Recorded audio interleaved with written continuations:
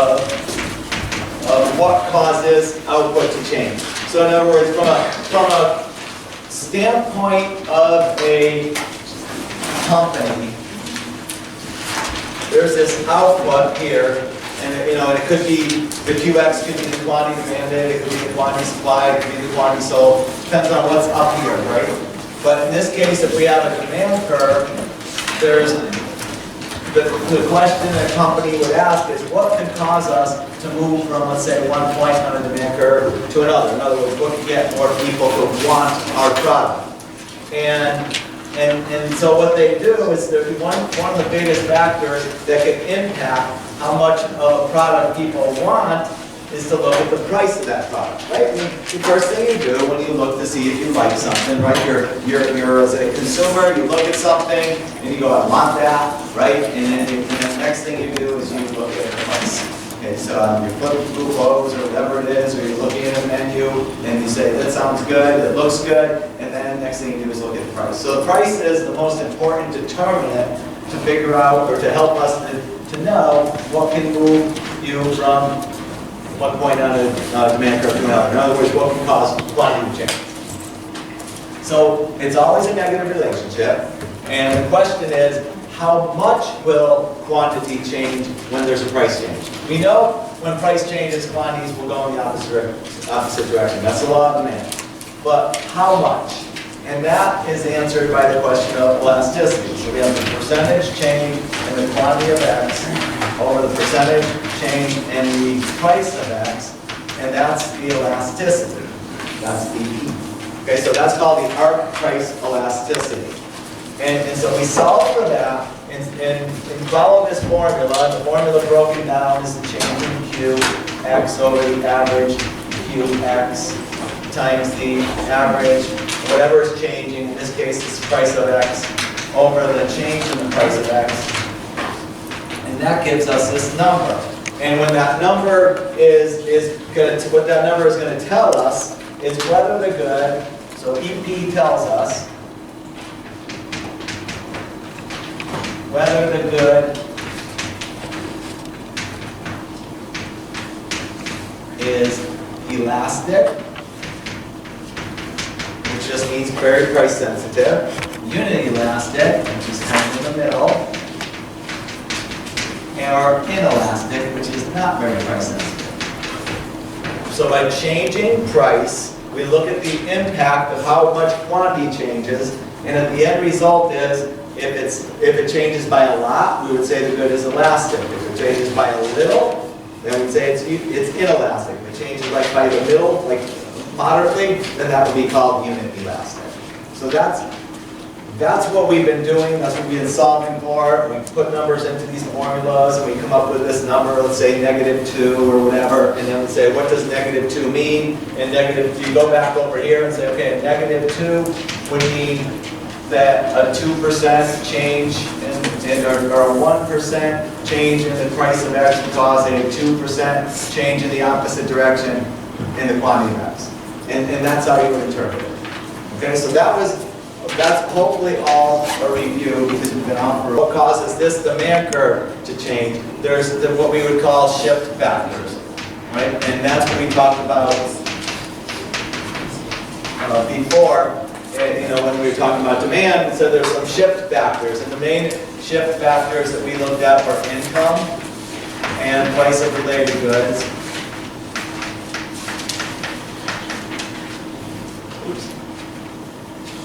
Income, price of related goods, and then the third one was like taste and preferences. Okay, so those are our main shift factors. And this is no different, okay? So now we're going to add to this equation, and we'll say that, let's start with the price elasticity we did before. This is when the price changes, but when income can change as well. So in this case, we're going to look at something called income elasticity.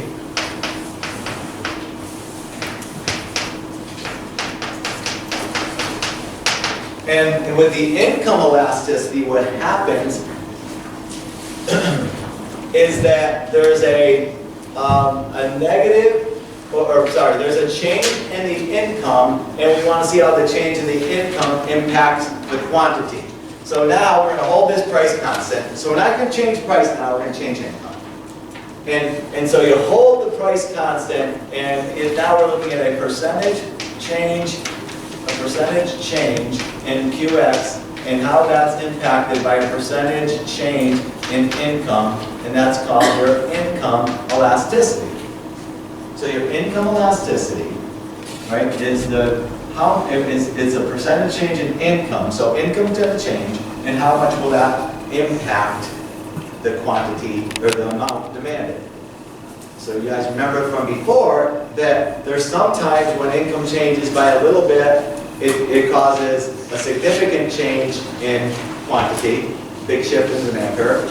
And there's times where if income changes by a lot, then it doesn't cause a big shift at all. And so remember from the income, we're really looking at three things: whether the good is a luxury, a necessity, or inferior. Those are the three things that can happen. So we can determine the type of good that it would be based on a change in income. So here, if price changes, we're trying to figure out if the good is sensitive to price changes. Here, if income changes, we're trying to figure out if the good is sensitive to income changes. So I think there was one in the homework. Oh, I don't have it. But let's just say that we're looking at some item, and we say the price of X is in $50, and the quantity of X is 200, and the income, when that happens, income is $500 a week in that area. So a lot of companies do income strategies. They want to look at the income in an area before they move into the area. For instance, there's not a Lexus dealership in Rock Hill. Why? Income. Yeah, there's not, right, we don't have the income in Rock Hill to support a Lexus dealership. So they know that the income has to be a certain level for them to be able to have enough clientele for them to be able to have a dealership here. So we don't have the income level. And the first thing that you would see, that's what makes Walmart really special, is what kind of income level do you need to have a Walmart in your area? Yeah, almost like club, right? They almost do better in low-end areas than they do in high-end areas. How about a Harris Teeter? High-end, right? So you're not going to see a lot of Harris Teeters in, areas that don't have a lot of income. Sort of remote areas aren't going to be able to support a Harris Teeter. So it makes sense for them to look at, companies to look at income levels before they put their product there. One question? Yeah, so for income elasticity, that's the formula to solve for income elasticity. Yeah. The percentage, but in my head is it will be like this. And you rewrite that. the changes QX. Changes QX over the average QX. And the average income over the change in income. Okay? Exactly. It's the same as the other one. The only difference is that now we're using income changing and not the price of X changing. So it's the same formula. This one will always be negative. No, it won't. Okay. In fact, here's the deal. If it's a luxury good, it's going to be greater than 1 if it's a luxury. If it's between 0 and 1, like in that range, then it's going to be a necessity. If it's less than 0, then it's going to be inferior. So this could be any number. So if the income elasticity is greater than 1, then the good would be a luxury. If the income elasticity is between 0 and -1, in other words, not very responsive to income changes, then that would be a necessity. And then if it's less than 1, in other words, if income goes up, you're actually going to demand less of it, then that would be an inferior good. So your numbers could be any of those. Okay, so let me just finish my little example here. So this time, like I said before, we're going to keep prices constant. Okay, so price is going to stay 50. So we go from a price of 50 to a price of 50. So we're not changing prices. What we're going to do is we're going to change income and say income goes to 600.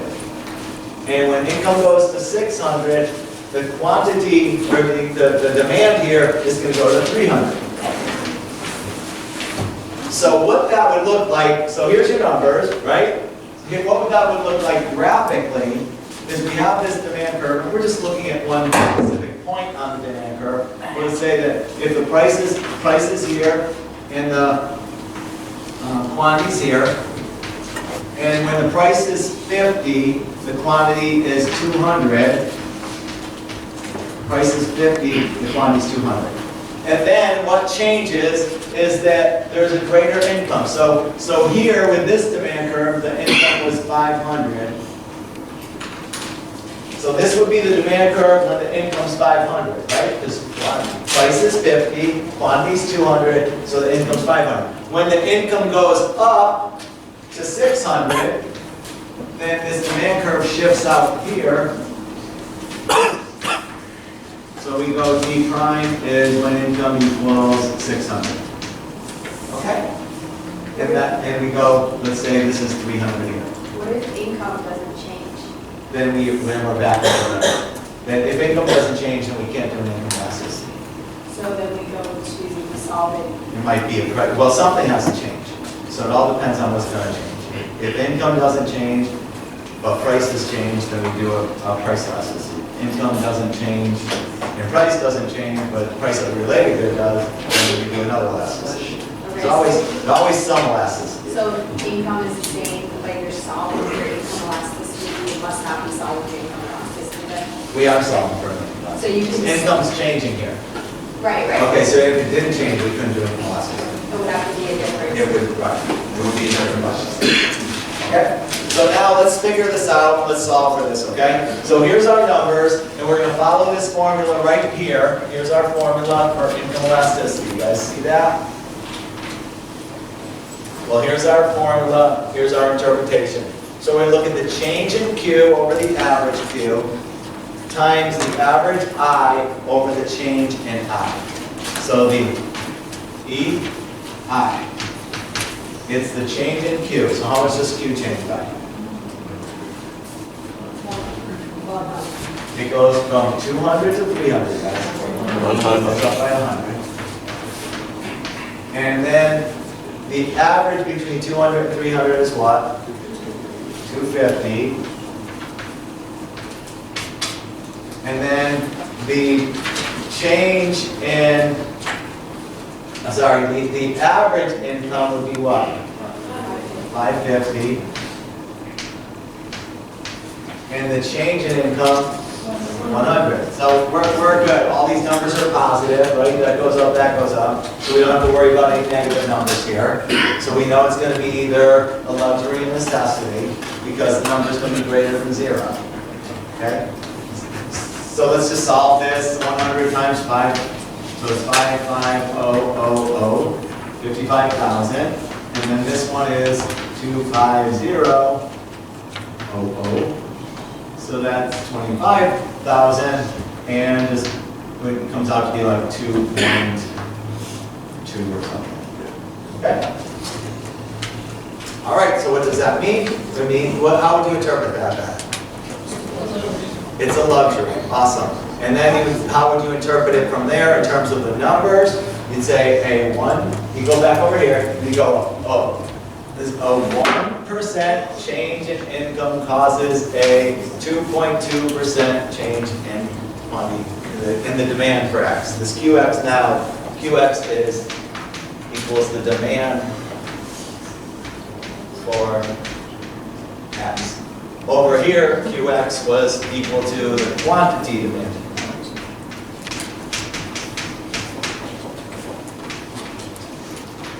Of X. You said how you interpret the last part? Or 2 points of change in the... I'm sorry. I'm sorry. I was looking over here like, 2 points of getting change old, you in know? the... Sorry, one more time. You said it causes a 2.2 change in the what? And I'm just going along the line in the demand for X.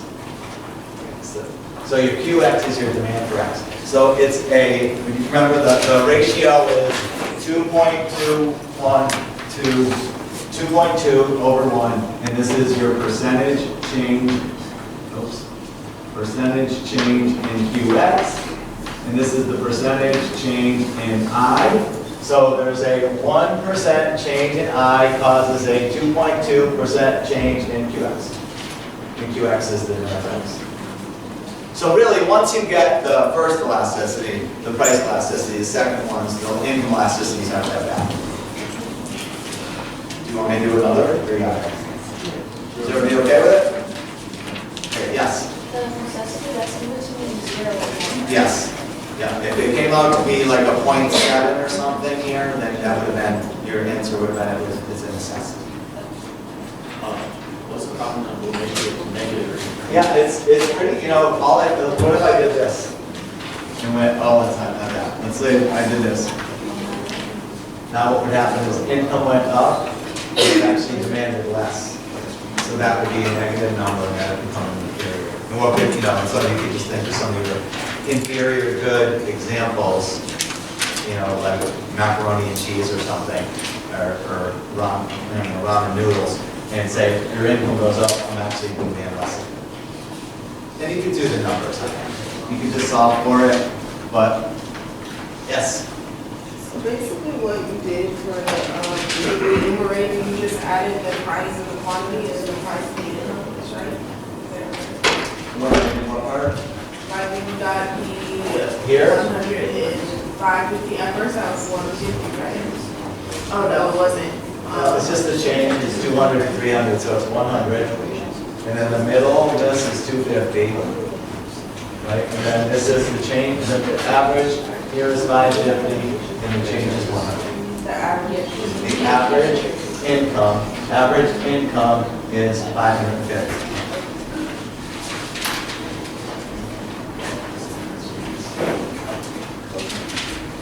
All right, do you need to do one more or what? We okay? Want to do one more or not? One more. All right, let's say that we're going to take the same information and let's do this. Let's make it, I'll use the starting point, okay, so that'll make you work a little bit. Okay, so let's bring that to 700 and this to 220. Okay, so now you have this new information, and I'd like you to solve it on your own and just show it to the person next to you, okay? So here's the information. Like when the income goes from 500 to 700, the quantity goes from 200 to 220. So just quickly just put it on paper and show people next to you.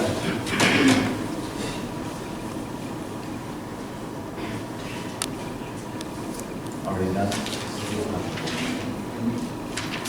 Yeah, in your head.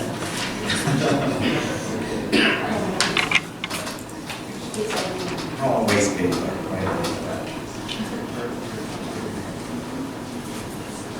Yes. I have a question about the for total revenue, when you have negative, it's more negative one, that's muted. That's That is for price losses. Right. Like, But if you're like at negative 0.67, would that be, would that be inelastic? Not be inelastic. How come it's not elastic? Because elastic, I have here is less than negative 1. Yeah, so that's be on the other side of the number line. Now, when you're doing your number lines here, like you have, here's 0, here's negative 1, right? 0.67 will be in here, Right. and all your elastics are going to be here. Oh, So they have to be on the way over there. okay. All right, so this one here, what would be the first number? How much is the change in Q? 20. Does everybody have that? Okay, check the person next to you's paper, make sure they have it. And then what would be the number on the bottom of this? 210.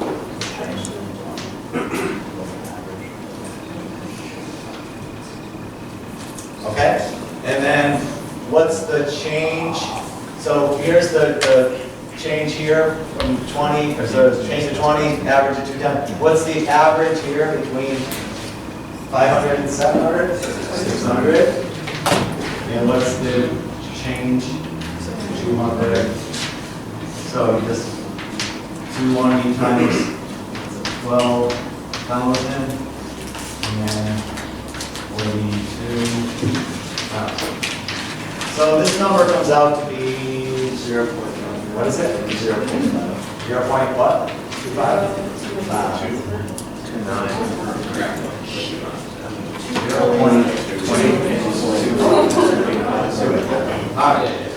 0.something like that. But it's a positive number. So it's a positive number. It's between 0 and 1. So it's going to end up being a necessity. All right. So far so good, right? Yes. On your suggestion, because that 8 got 5,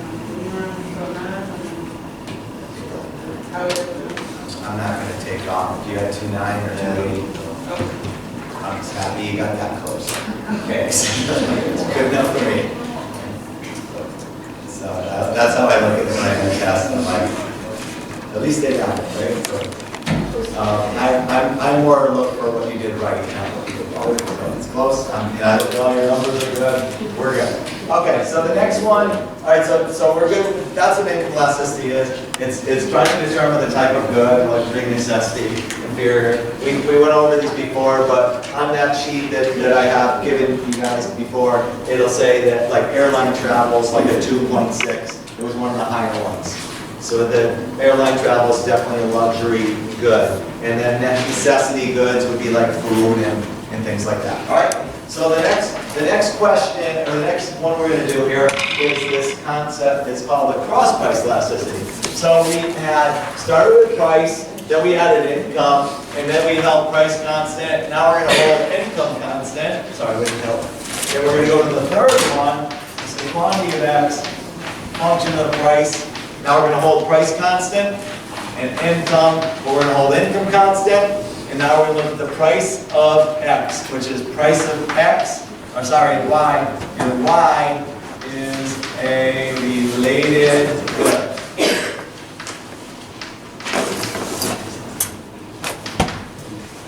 So Y is a related good. So we know from before that when we did related goods, that there were two types of relationship between goods.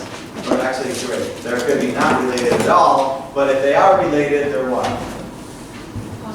Complements or substitutes. So what we're trying to find out here when we do this is called cross price elasticity. And we're looking at cross prices, cross goods. Cross price elasticity determines whether the two goods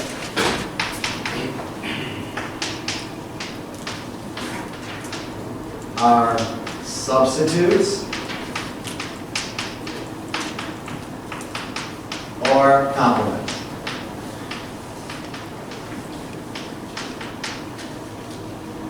And just to give you the interpretation right from the start, if this cross price elasticity is greater than 0, then the goods are substitutes. And if it's less than 0, negative, then the goods are complements.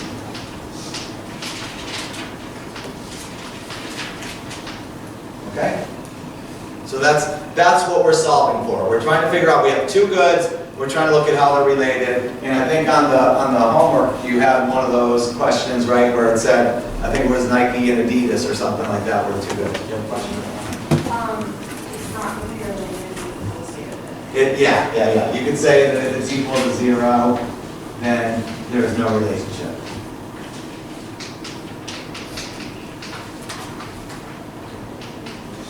And you can get that sometimes, okay? You can actually get this no, not related relationship.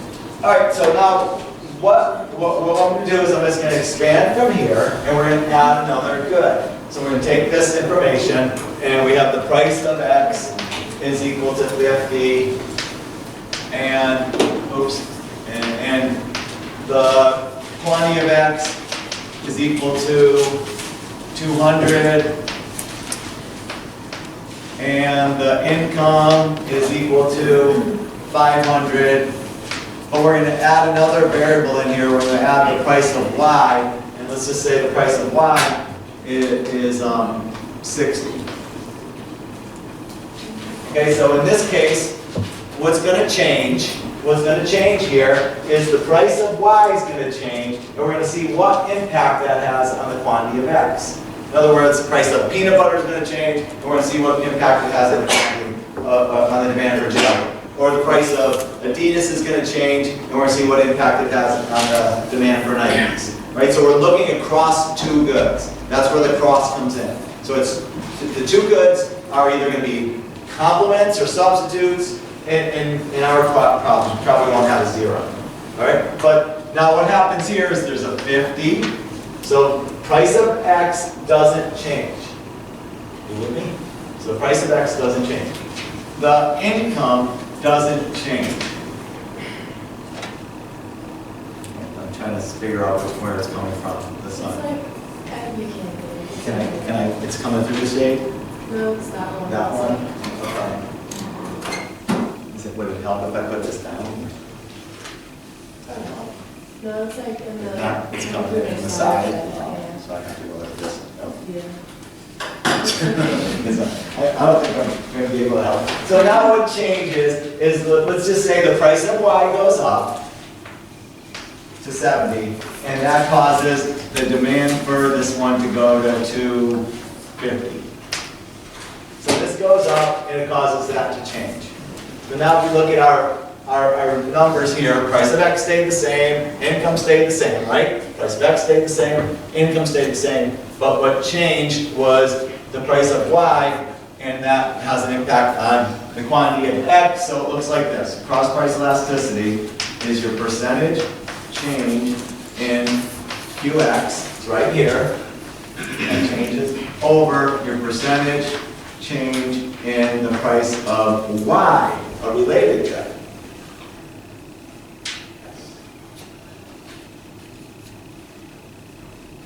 Okay, so that's can be rewritten as usual. So it's going to be the change in quantity of X over the average quantity of X times the average price of Y, not the price of X, but the average price of Y over the change in the price of Y. So what's different about this formula compared to that one? Yeah, it's just Y. The only difference, if you look at these formulas, is that we're changing the price of Y here, all the rest is the same. We're changing I here, income here, all the rest is the same. And we're changing the price of X here, all the rest is the same. So it's very consistent with what we're looking for. And one of these is going to change, and we want to see how that change causes a change in the quantity of X. All right, so now can we solve for this and figure out what it would be? I'll have you guys do that at your desks. So solve for the cross price elasticity. For now, hopefully you can at least find out what those four numbers are, and then if you don't have a calculator, you know, you can at least do this much. Okay, so the change in the quantity of X is right here. So what would that be? 50. And what's the average quantity of X? 225. And what's the average price of Y? 65. And the change in the price of Y, 10. They're both positives. So 50 times this, I'm with like 32, 50. That look right? Yes. And this would be 2250. So 10 over there, like 1.4 or something? Yeah, 1.44. Okay. There we go. So that tells us, so now we go back. So now we have that, right? We solved and we got the cross price elasticity is equal to 1.44. So because it's positive, we know that the goods are substitutes. So that's good. We got that figured out, right? And then to actually interpret it, if you were to give this information to somebody, you'd say offer things over 1, a 1% 1% change in the price of Y causes a 1.44% change in the quantity or in the demand for X. So QX here is your demand for X.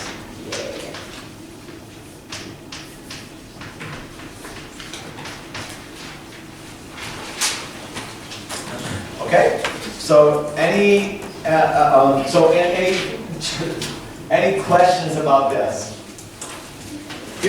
Guys, you can do elasticities for like so many different areas. You could change advertising, hold everything else constant, change advertising, and see how much the advertising impacts your demand. You can change. You can do different variables. Any variables where you're looking for relationships, you can do this with.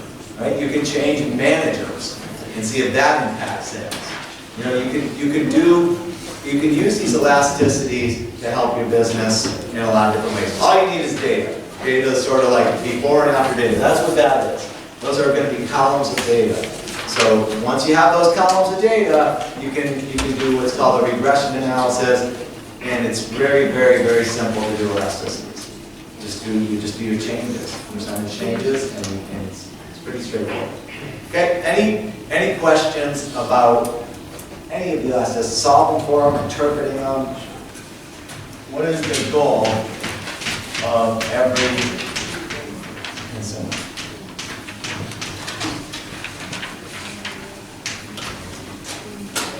And the answer to that question is, the goal of the consumer is to maximize what we call personal utility. And utility is just another word for happiness. It's synonymous with happiness.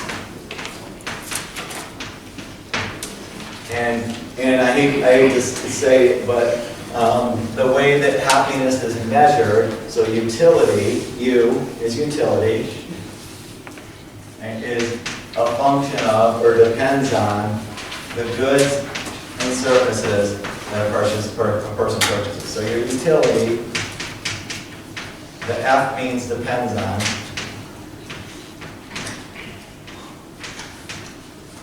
the goods, the X, and services a person consumes.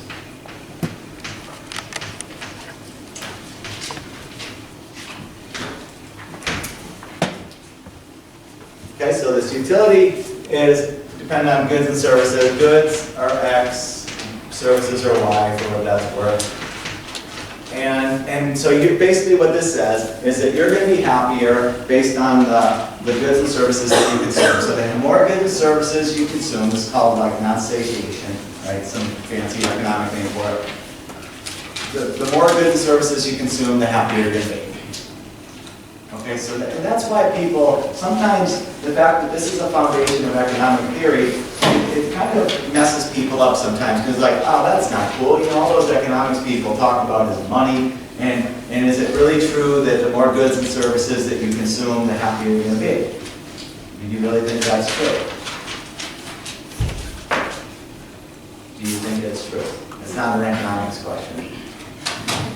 Really, I don't think it's an economics question. Do you think it's true that the more goods and services you consume, the happier you're going to be? I think we could probably come up with some pretty good examples of people who have had lots of goods and services and lots of money, and they were pretty miserable and had to give up lives and weren't really happy, right? And we had a couple Hollywood people just in the last year commit suicide, and they probably had all the money, more money than you and I will ever have. Right? Robin Williams, the guy from Philip, something, what's his name? The guy, he's in like every movie. He's in the... Philip Seymour Hoffman. Yeah, Philip Seymour Hoffman. Yeah, right. Him, you know, he OD'd heroin, and you know, he's been catching fire. The guy who switched it. Yeah, he was in Mission Impossible. He's no lying wages, but he's got one. He's got anyway. Guy had plenty of money. A lot of people have a lot of money and they're not happy. So how do you rationalize that in economics? Well, and how do you rationalize saying that I'm only in it for myself? Okay, if I can do this, if I can get more stuff, then I'll be happier. And I think that's a problem. Okay, so the way that you kind of, I do, at least as an economist, is I don't certainly believe that more money makes you more happy. More money can make you less happy a lot of times. So the way to rationalize it is to say that people will do whatever makes them happy. Right? So, but what makes you happy doesn't necessarily mean that it's not benevolent. You could be happy, like anybody here ever gone on a mission trip? And you did? Where'd you go? I do like some down in Florida, and then Louisiana after the Katrina happened. And what was it for? We just went and fed people, stuff like that. Just help them clean up their houses. And so you went and you spent a week, and how much did you get paid for it? Nothing. You didn't get paid for doing it? Then why did you do it? I would just be helpful. Because you want somebody to help you, you in a bad situation. Okay, so do you guys think that that's a selfish act to go feed somebody and spend a week of your time going into different places and do you think that's selfish? Right, but according to the economic theory, you would still be maximizing your utility because it does make you happy to do that. Right? You're doing, even though you're not getting paid, you're doing something that makes you happy. Right? So it still works. So you can be happy doing things for other people, and that works in economic theory. So it can't just be about being cutthroat. Right? All business isn't about being cutthroat because not everybody operates that way. So you can make a lot. You can be happy. You can have a nice career. Just being, doing things for other people. Why do school teachers? Why do school teachers teach school? The pay stinks. Yeah, you do it because you like doing it. Okay, so I want you to kind of look at it that way, right? Just because we say you're maximizing your own personal happiness, it doesn't mean that you're out here doing stuff that's self-centered and negative to society. Okay, people give a lot of money away. And why would you, if there's anybody ever given money to charity? That's anyone. And why would you do that? Because it makes you happy.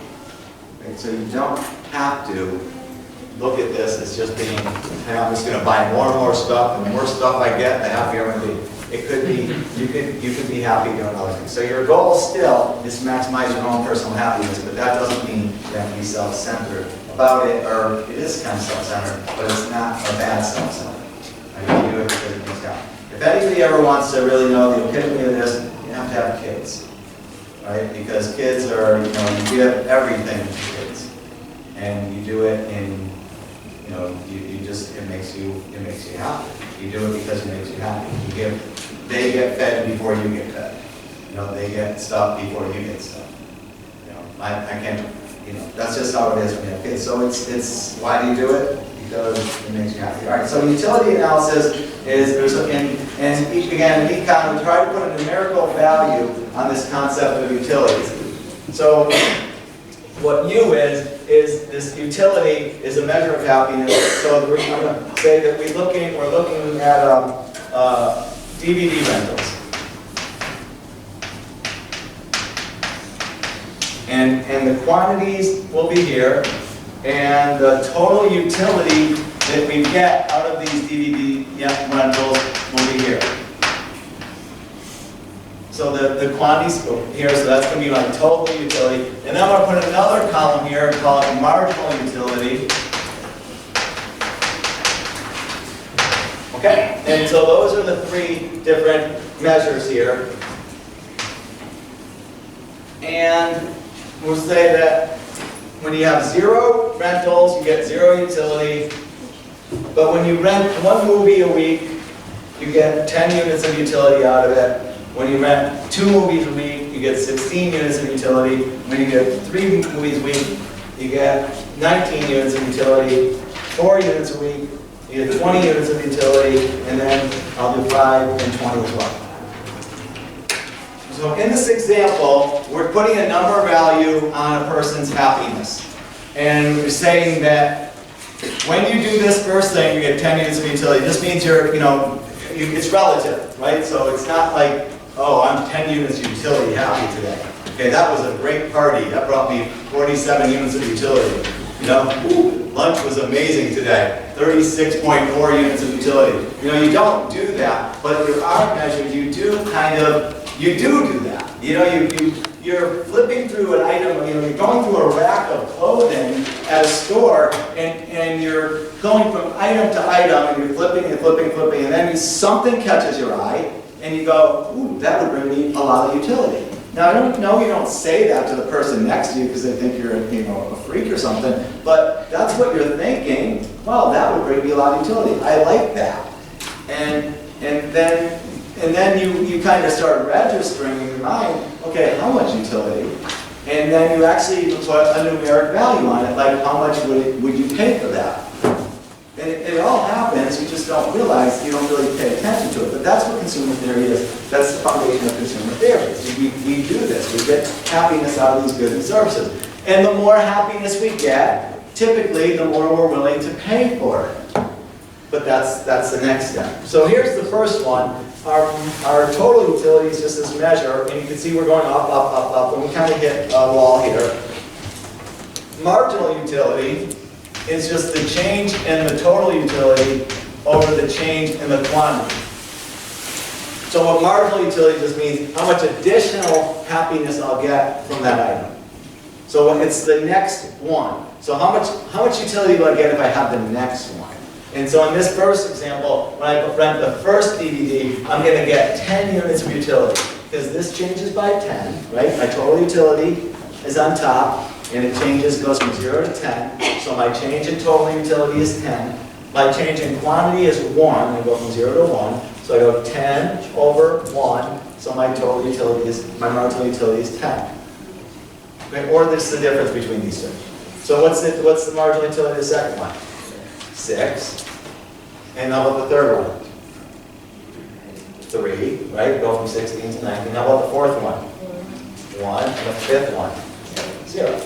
So if you were to tell a story here about your DVD consumption, what does it tell you? Should you rent 5 DVDs a week? Why not? You're not any happier doing the 5th video, right? You're not any happier watching it. Which one brings you the most happiness? The first one, right? Because it brings you the most utility. But what happens is, this is called the law of diminishing marginal utility.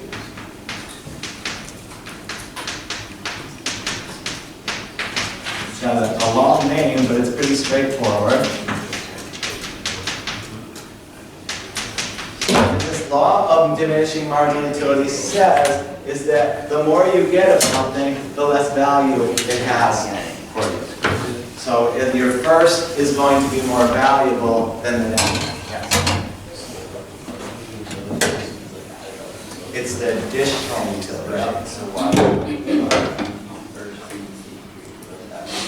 Because it's giving you the most out of that.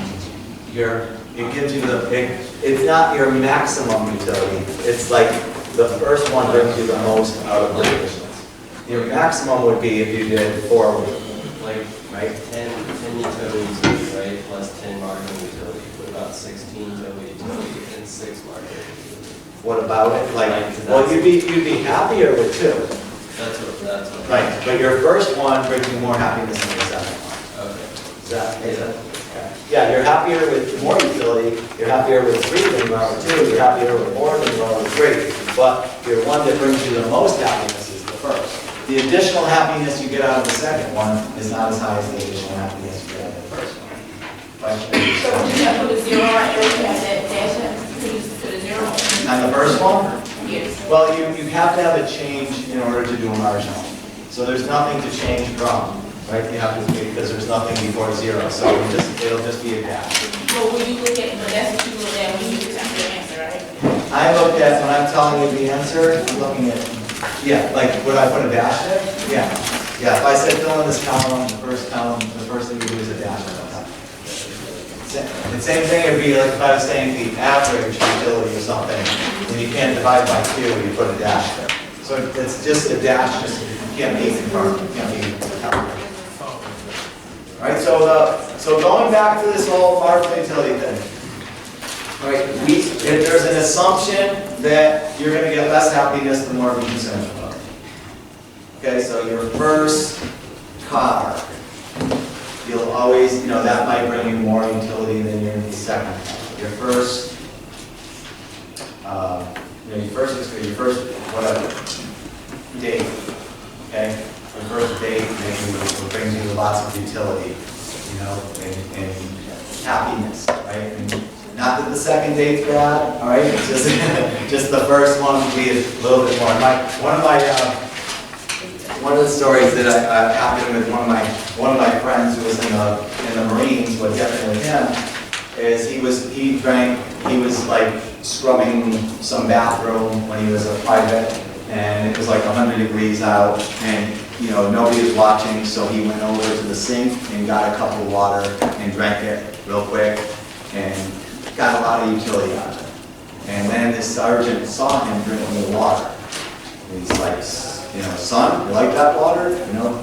Yes, sir, sir. You want more of that water? Oh, yes, sir. Okay, drink some water. So he drank water, and got done. And then he said, my friend was done. He goes, thank you, sir. He goes, you're not done. And he made him keep drinking water and drinking water and drinking water. Drinking water. Until he, obviously couldn't drink water anymore, and he got sick, and that's how we taught him that lesson. But that's a lesson in marginal utility too. Right? The first one was great, but after a while, if it was donuts or alcohol or whatever, there comes a time where there's no more marginal utility, and you need to find that time and stop before it, well before it. Okay, so that's kind of the idea. All right. And I think, because I don't want to start a different service, there's like 5 minutes left. So I think I'm at 9:08 here. What do you guys think about that? And do you guys have any questions about the quiz? I'll stop there. Any quiz questions? All right, so take a look real quick. I have an attendance sheet that everybody should have hopefully signed. Did it make it around? You guys are there? Make it around?